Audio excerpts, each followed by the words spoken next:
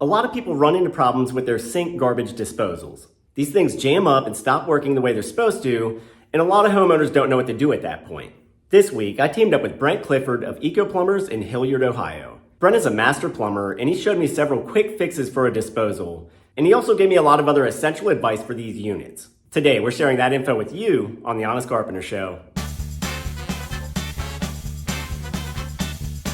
So before we get into fixes, I want to take a second to show exactly how these disposals work because it'll make things clearer. Disposals sit beneath one of the basins in your sink and receive waste food particles and water through a big gasket. When the disposal is turned on, a grind plate inside begins to spin.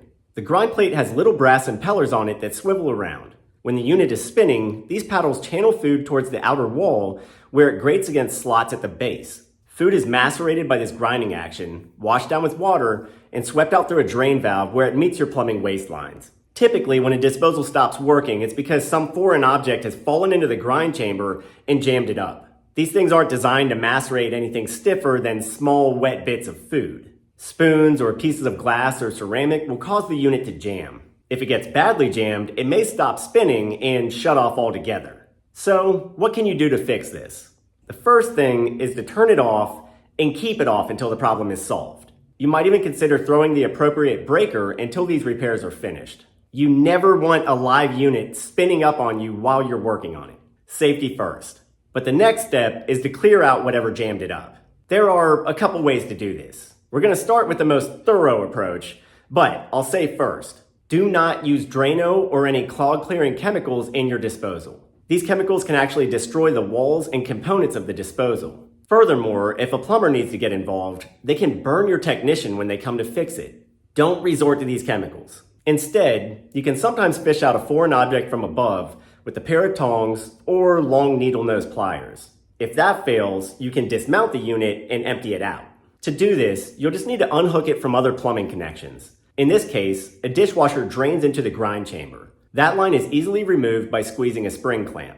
The drain waste line comes off of this little sweep arm. It can be disconnected by backspinning a tubular connector. Now the assembly can be released from the basket above.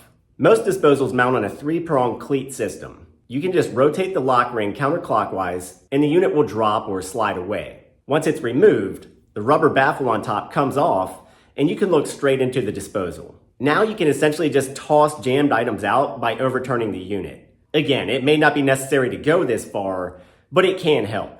So the jam is removed. But the problem is the unit may still not want to come back on. It seems like it's dead, but this doesn't mean it's actually broken.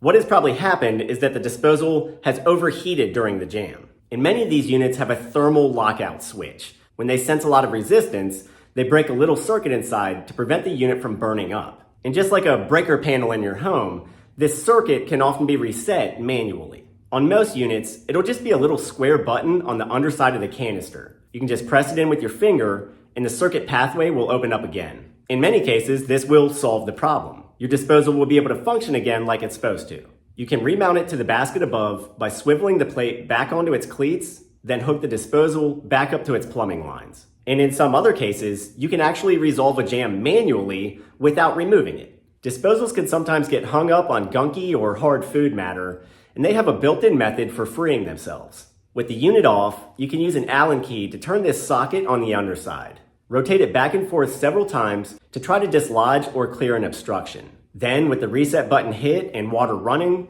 the macerator will clear the waste on its own. That's another quick fix.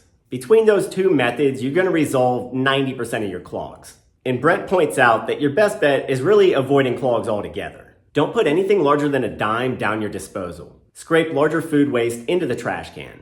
Also, try to avoid putting pasta or potato water down the drain. Starchy foods can coagulate and clog a drain almost as fast as grease. And every now and then, you want to clean your disposal to keep it smelling good and functioning well. To do this, all you need is ice and dish soap. Just toss a scoop of ice into the unit and douse it with liquid dish soap. Turn on the disposal and wash this mixture down with cold water. The ice will chop and clear out macerated food particles. The dish soap will clean the unit, lubricate it slightly, and leave it smelling fresh. Follow it up with some hot water to clear the line, and that's it. So those are several quick, easy fixes for disposals. I want to thank Brent and ECO Plumbers for helping me with this video. They're the best plumbing company in the Central and Dayton, Ohio areas, and we've got a lot more videos together coming up. I'll link their contacts in the description below.